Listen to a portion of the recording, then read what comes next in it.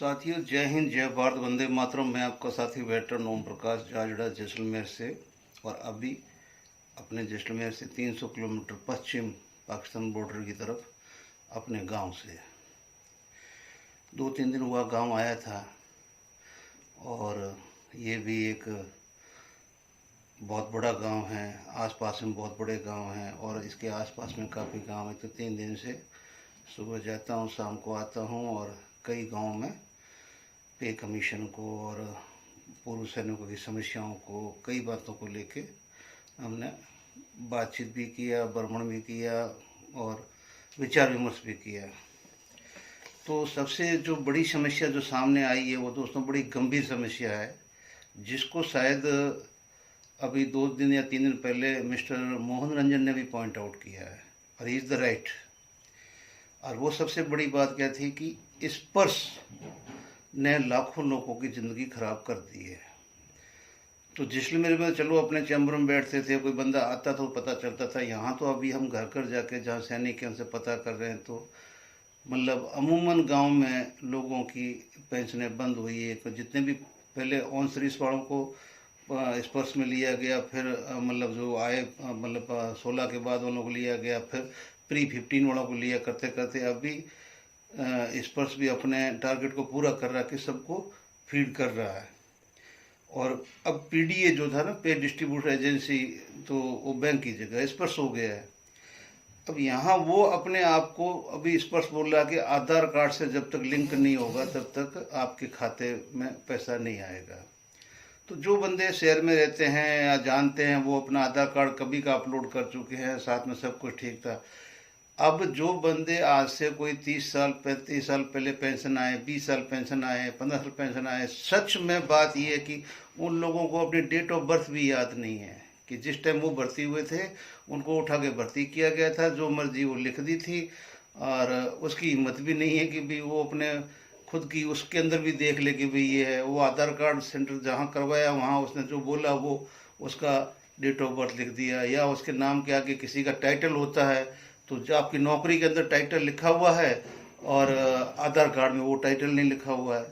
तो दोस्तों इतनी सारी गलतियां हो रखी है कि अभी आप है जो मतलब यहाँ कम से कम है तो 8-10 बंदों को जो मैं मतलब स्टेप बाय स्टेप पहुँचा, तो मुझे लगा कि सबकी पेंशन स्पर्श में किसी न किसी कारण का मतलब मेन मकसद है आधार के बाद में स्पर्श की जो दूर दराज केंद्र स्पर्श की पहुंच नहीं होना, यानी कि स्पर्श किसी बड़ी सिटी या जहां स्टेशन हेडक्वार्टर है वहां से आगे जाता नहीं, या सोल्जर बोर्ड जहां डिस्ट्रिक्ट होता है उससे आगे स्पर्श जाता नहीं है।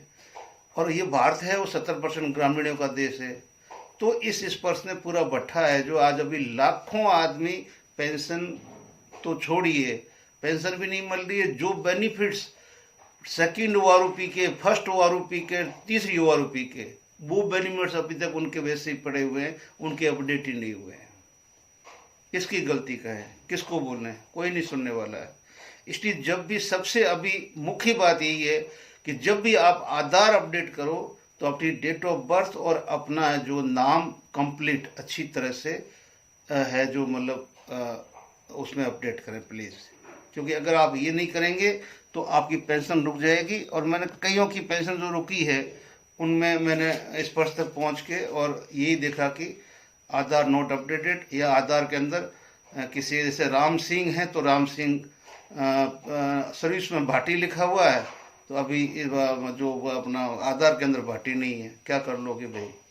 डेट ऑफ बर्थ की जो साल है, महीना डेट सही लिखा हुआ है तो साल गलत लिखा हुआ है, साल सही है तो महीना डेट गलत लिखा हुआ है।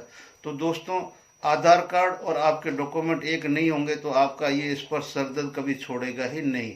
और मेन चीज जिसके ऊपर ये जैसे कई बंदे स्पर्श से जुड़े हुए हैं और उससे जो हर साल अपना जो लाइव प्रमाण पत्र जो सबमिट करते हैं उसमें पेंशन आ रही थी। अब लाइव प्रमाण पत्र वो उसके अपने मैसेज के अंदर अपडेट बता रहा है, एक्सेप्ट बता रहा है, लेकिन पीडीए ने बीच में टांग अड़ा दी कि इसका आधार से लिंक नहीं, आधार से लिंक है तो आधार में ये गड़बड़े, पेंशन रोक दी। अब बंदा कहाँ तक लड़े। इलिटरेट है, अनपढ़ है, गांव में बैठा है, गांव में कोई सुविधा नहीं है, गांव में जो ई मित्र बैठे हैं उनको पता ही नहीं कि करना क्या है, कैसे करना, उनसे साइट ही नहीं खुलती है। तो ये मतलब कहने का मतलब कि मैं 50% से ऊपर पूर्व सैनिकों के बारे में बोल रहा हूँ कि वो सारे इस धोखे में आके अपने आप को बर्बाद कर चुके हैं। पहली बात तो वो नहीं बर्बाद कर चुके हैं, सरकार बर्बाद कर चुकी है उनको। तो उनको जो मिल रहा है, और अब तो मिलना ही बंद हो गया, किसी की 2 महीने से नहीं आई, किसी की 3 महीने से नहीं आई, और बाकी जो ओआरओपी अपडेशन तो छोड़ ही दो, भूल ही जाओ। मैंने कईयों से पूछा भाई आपका कोई नया कोऑर्डिनेटर पीपीओ आया? बोले कब जारी हुआ, कैसे जारी हुआ? तो जब कोऑर्डिनेटर पीपीओ नहीं आया तो इसका मतलब उसमें अपडेशन कुछ नहीं हुई है। तो यहाँ पर वो बंदा वहाँ से अगर चेन्नई से अगर चिल्ला के बोल रहा है तो वो सही बोल रहा है, मैं उसको सहमत हूँ। दूसरा मतलब ये एमएसपी के बारे में कुछ मिसगाइड चल रही है दोस्तों, और ये चलती रहेगी कि सरकार ने आपको मिलिट्री सर्विस पे नहीं देनी है, नहीं देनी है, नहीं देनी है, और अगर सरकार देती है तो उसके पीछे में इतना बड़ा बजट है कि सरकार उसको अफोर्ड नहीं कर सकती है। दूसरा, वो आपके हमारे राइट्स को भी है जो मतलब वायलेट नहीं कर सकती है, दबा नहीं सकती है। तो वो कोई न कोई ऐसा तिकड़म लड़ाएगी जिससे कि सांप भी मर जाए, लाठी भी ना टूटे, यानी कि हम मर जाएं और सरकार का कुछ न बिगड़े। अब देखो कि सुप्रीम कोर्ट के अंदर क्या मतलब दांसू मतलब उन्होंने मतलब एक बहुत ही बड़ा वर्डिक्ट में जो सेंटेंस में आया है कि सरकार की पॉलिसी के ऊपर कोर्ट कोई है, जो हाई कोर्ट की जस्टिस अपना जजमेंट की बात कर रहा हूँ, कि सरकार की पॉलिसी के अंदर हाई कोर्ट कोई दखल नहीं देगा। इतने में आपको निपटा दिया। क्यों? कि चंडीगढ़ कोर्ट ने भी यही बोला। अब सरकार की अपनी पॉलिसी चल रही है, उसमें कोर्ट दखल देगा नहीं, आपको अपना हक मिलेगा नहीं। अब आप सुप्रीम कोर्ट में गए, अब आप देखिए जो बेंच चेंज होनी थी, वो चेंज के अंदर पहली बात तो कितने सीनियर जज हिंदुस्तान में बैठे हैं जो सुप्रीम कोर्ट के लिए काबिल है, लेकिन उनको सुप्रीम कोर्ट नहीं भेजा जाता है। लेकिन एक नया वकील 2 साल पहले, नया मतलब कि जज नया, वकील बेशक हो सकता है वो बहुत पुराना हो, लेकिन उसको प्रमोट किया जाता है सरकार के द्वारा, और प्रमोट करके सुप्रीम कोर्ट का ही जज बना दिया जाता है, और उसी को आपकी एमएसपी पेश दिया जाता है। आप क्या उम्मीद करते हैं कि वो जज आपको एमएसपी देगा? ठीक है ना, कभी नहीं देगा, किसी हालत में नहीं देगा। तो ये तो आप उम्मीद बिल्कुल अपन निकाल ही दो, छोड़ ही दो कि भी वो कभी मिलेगा। अब सबसे बड़ी बात है, बोले केस विड्रॉ कर लिया, केस विड्रॉ कर लिया। अरे केस विड्रॉ क्या कर लिया? केस के अंदर एक गाइडलाइन ली गई है और सुप्रीम कोर्ट ने गाइडलाइन दी है, और गाइडलाइन पे अगर मान लो आज आपके सामने एक रास्ता खुला है कि आपके बारे में आपका कोई ऐसी एजेंसी नहीं है जो आपके बारे में बात कर सके। आपके लिए आर्मी हेडक्वार्टर, जो आपके हमारे जितने भी इंटीग्रेटेड हेडक्वार्टर है, वही बात कर सकते थे। उनमें जो बैठे हुए आपको पता है कि आपकी बात करने वाले कितने हैं। हम लोग किसी हालत में अपना राइट रख नहीं सकते, चाहे लेटर लिखो, चाहे एजिटेशन करो, चाहे तोड़फोड़ करो, जो कुछ करना करो, सरकार ने सुनना नहीं। तो सुप्रीम कोर्ट ने कम से कम आपको इसमें एक रिलीफ ये दी है कि आप इस अपनी मतलब एनोमलीज कमेटी को इसको भेजो, ठीक है ना, उसके बाद में सरकार के पास भेजो। यानी कि सुप्रीम कोर्ट ने आपको एक अथॉरिटी दे दी सरकार के सामने आपका केस रखने के लिए। पहले अथॉरिटी नहीं थी। अब सुप्रीम कोर्ट के इस वर्डिक्ट के आधार के ऊपर आप जो 7th पे कमीशन की जो एनोमली कमेटी है, जो 7th पे कमीशन आउट होते ही उस कमीशन के साथ साथ चलती है टोटल एनोमली के साथ में, और जब अगला पे कमीशन होता है तो दूसरी कमेटी बनती है। तो उस कमेटी के साथ में के सामने रखने के लिए सुप्रीम कोर्ट ने परमिट किया, सरकार के सामने रखने के लिए परमिट किया, और उसके साथ ही इसी आधार के ऊपर, सुप्रीम कोर्ट के वर्डिक्ट के आधार के ऊपर, कल को आपका ये केस सुप्रीम कोर्ट के इस आधार के संदर्भ के आधार के ऊपर आप है जो इसमें अपना 8th पे कमीशन में भी रख सकते हो। तो ये आपके लिए एक अच्छा रास्ता खुला है। और अगर तीनों जगह से कोई रिलीफ नहीं मिलती है तो फिर सुप्रीम कोर्ट बाध्य है कि वो आपके केस को डिसमिस नहीं कर सकता। तो ये तो एक अच्छा रास्ता खुला पूर्व सैनिकों के लिए कि आज हम सीधे अब सरकार से टक्कर ले सकते हैं, सरकार की जो इंडिपेंडेंट बॉडीज है उनसे टक्कर ले सकते हैं। और ये पहले हमारे पास में नहीं था, पहले सिर्फ हम हो हल्ला कर सकते थे सरकार। अब तो सुप्रीम कोर्ट ने जो हमारे को रास्ता दिया है, ठीक है ना, और इस शर्त पे दिया कि पहले आप ये काम कर लो, उसके बाद हमारे पास में आओ, ठीक है ना। और वो भी इसलिए कि वो जज भी नया, उसको खुद को पता ही नहीं कि जो एनोमलीज कमेटी है भी या नहीं है, वो खुद ही पूछ रहा है वहाँ पे। दूसरी बात, बोले कि फलाने वकील ने कर लिया, उस वकील ने कर लिया। अरे वो वकील जब हाई कोर्ट में था तब तो वो पेटिशनर था, ठीक है ना, और वो वकील नहीं था। उसको उसका डॉक्यूमेंट देख लो, 2 साल हुए हैं, मेरे ख्याल से उसने बार काउंसिल ऑफ इंडिया का एग्जाम भी पास नहीं किया होगा अभी तक, ठीक है ना। लेकिन चलो ठीक है, रजिस्ट्रेशन उसने अपने दिल्ली में करवा रखा, तो अपना काम कर रहा है। अभी उसको पहले पेटिशनर बना गया था इसी केस के अंदर।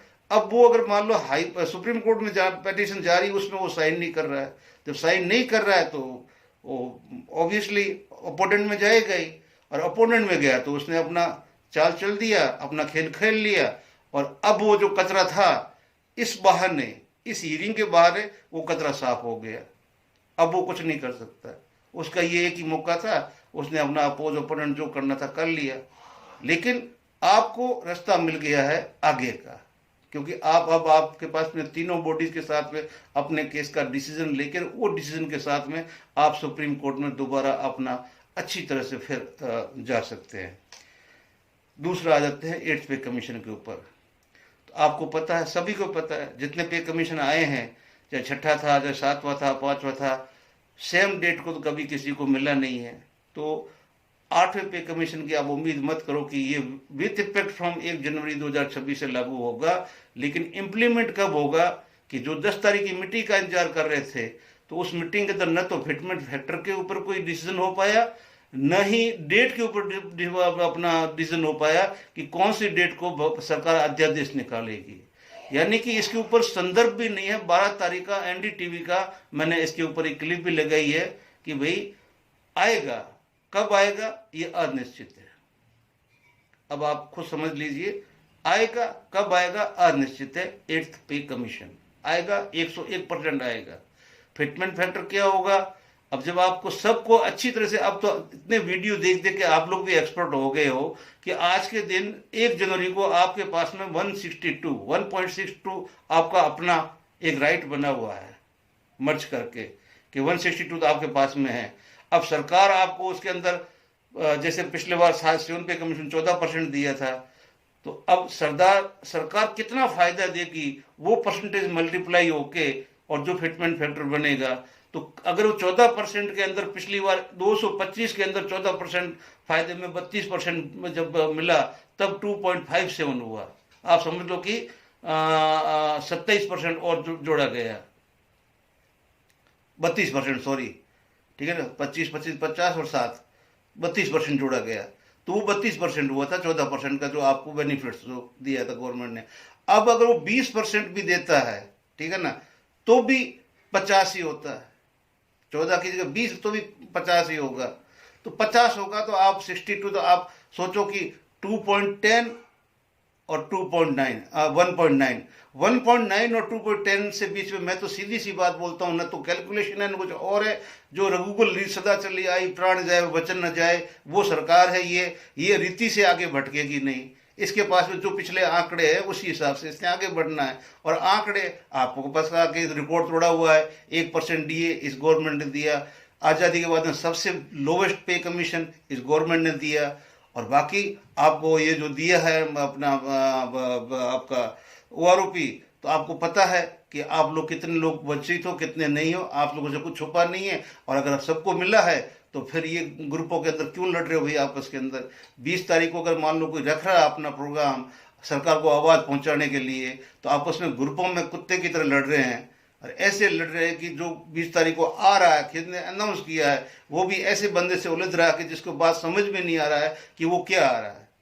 अरे भाई, हम अभी है पूर्व सैनिक, लेकिन साथ में अगर सरकार हमारे साथ में गड़बड़ करेगी तो भाई साहब सरकार जिंदाबादी बोला जाएगा और सरकार मुर्दाबादी बोला जाएगा। सरकार को बोल रहे हैं, किसी इंडिविजुअल को नहीं बोल रहे हैं। और सरकार किसी की भी हो सकती है। आपके मतलब वो 7 लाख की माँ बहन बेटियां जो गांव में बैठी है अभी मरणासन के ऊपर के जो औरतें हैं, उनका कौन अपडेट करता भाई? कौन उसके घर में जाता है? ठीक है ना, पेंशन आ रही है नहीं आ रही कौन जाने, कुछ नहीं चल रहा है। मतलब सब गुड़ गोबर किया हुआ है। सच्ची बात बोलता हूँ इसलिए कोई वीडियो देखता नहीं है। क्या देखेंगे, ये बकवास करेगा। हाँ मैं बकवास करता हूँ, लेकिन मैं बकवास सही कर रहा हूँ, सच्ची कर रहा हूँ। इसलिए 8th पे कमीशन को अभी भूल जाओ, जिस दिन डिक्लेयर हो जाए उस दिन मान लेना, फिटमेंट फैक्टर उस दिन मान लेना। 2.8 से नीचे रहेगा, 2.8 से नीचे रहेगा, ऊपर नहीं जाएगा। चलो अब आते हैं MSCP के ऊपर। तो अब आप बताइए कि 2006 का जो अपना सर्कुलर है जारी हो गया है, जो बंदों ने सीपी ग्राम में 4-5 बंदों ने अपना केस किया, उनको सरकार ने भुगतान कर दिया अभी फरवरी के अंदर ही, अपने जनवरी के अंदर ही, दिसंबर के अंदर ही, और भुगतान कर रही है।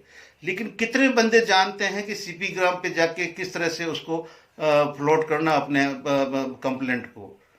कितने बंदों को? आप सभी को पता कि अरे छोड़ दो अपने कार्यकाल को, मेरे कार्यकाल को, कि भाई 10th पास लेते थे, अभी तो डॉक्टरेट किए हुए जा रहे हैं, बहुत डिग्री लिए हुए जा रहे हैं, वो भी अग्निवीर में जा रहे हैं, अब तो पेंशन भी नहीं है। तो लेकिन जो है पुराने वाले, उनको कुछ नहीं पता है, तो वो अपना MSCP क्या क्लेम करेंगे? उनको पता ही नहीं कि अभी आज किसी को याद भी नहीं है कि 6 में जो पेंशन आया कि भाई मेरे 8 साल होते थे या नहीं आते थे, मैं MSCP में आता हूँ नहीं आता हूँ। जब ये उसको खुद को यही पता नहीं है और न उसके पास कोई रिकॉर्ड है, तो वो सीपी ग्राम में क्या जाके करेगा?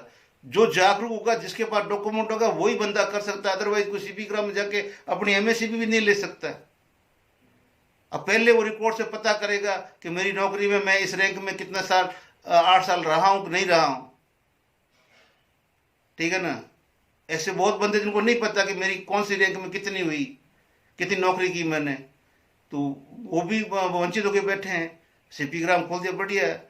अरे भाइयों, आपकी एक नेशनल बैंक थी SBI, या आपको जो भी बैंक थी, बैंक को भी सरकार को जो भी 2 पैसे 3 पैसे से लेके 10 पैसे तक जो भी देना पड़ता था पर इंडिविजुअल के, तो क्या वो अभी स्पर्श को नहीं दे रहा है?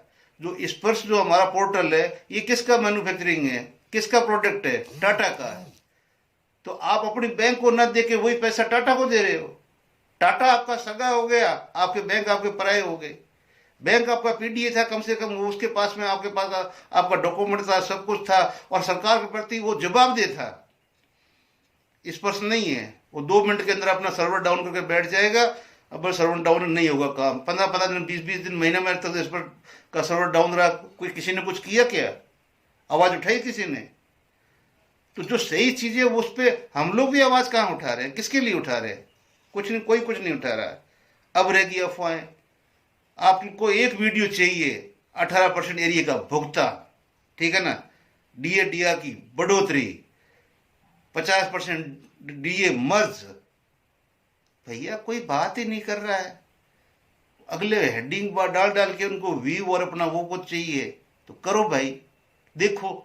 न तो हमें वो हेडिंग डालने आते हैं, न कुछ वो है। हम सही बात करनी आती है कि भाइयों ये बात है, अगर जैसे उठाना है वैसे उठाओ, चाहे लिख के उठाओ, चाहे जंतर मंत्र पे उठाओ।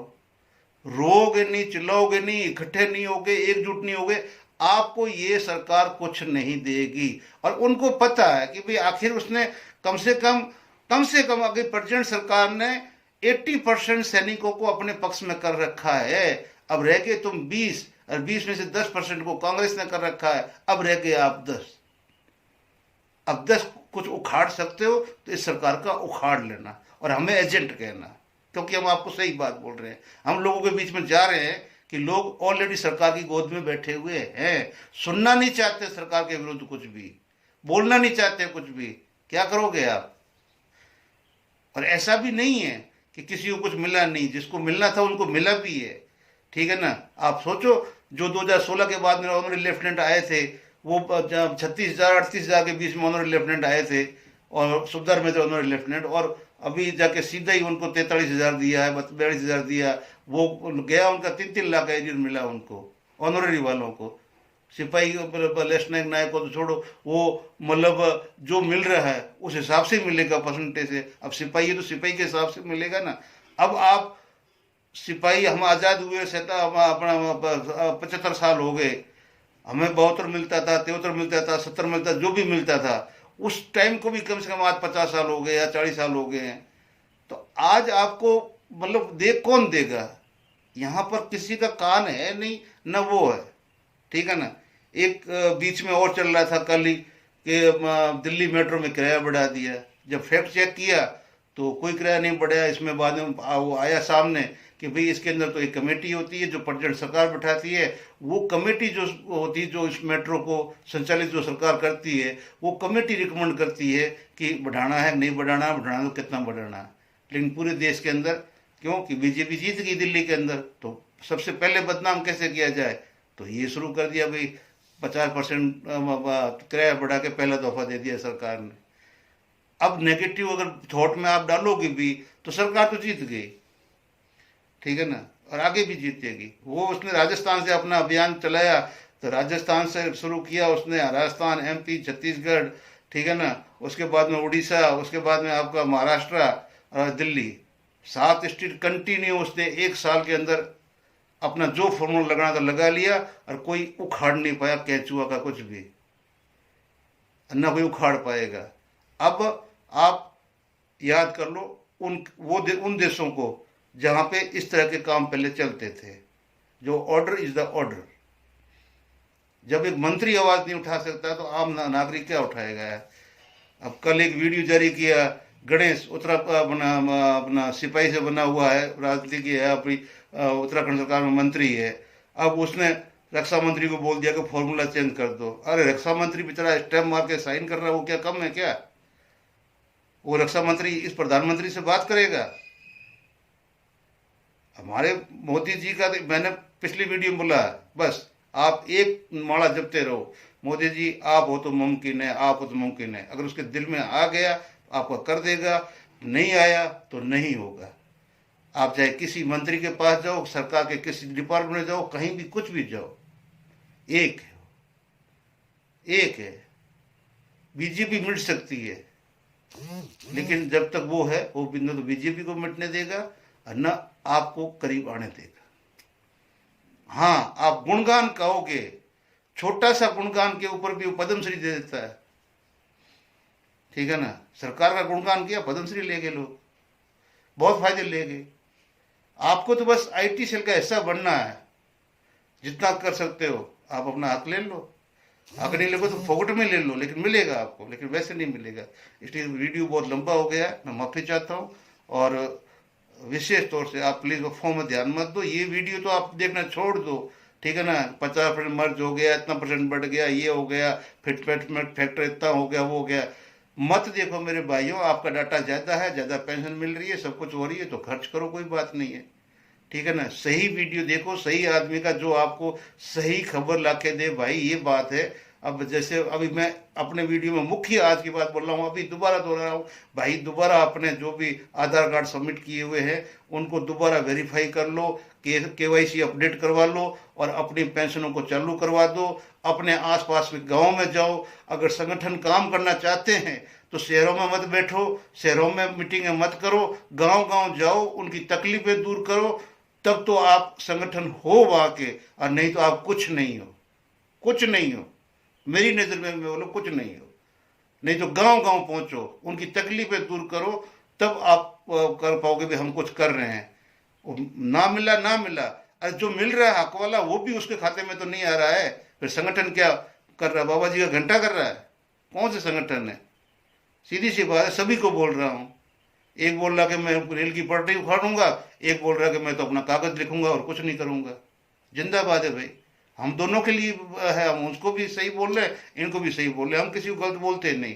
जो सैनिकों के लिए कुछ आवाज उठा रहे हैं, तो किसी माध्यम से उठा रहे, कैसे भी उठा रहे, हमारे लिए वो हीरो है। थैंक यू, जय हिंद, जय भारत। अगर वीडियो में गलती हो तो क्षमा करना, कोई कृपया फालतू कमेंट ना करें, और वीडियो को आगे फॉरवर्ड। और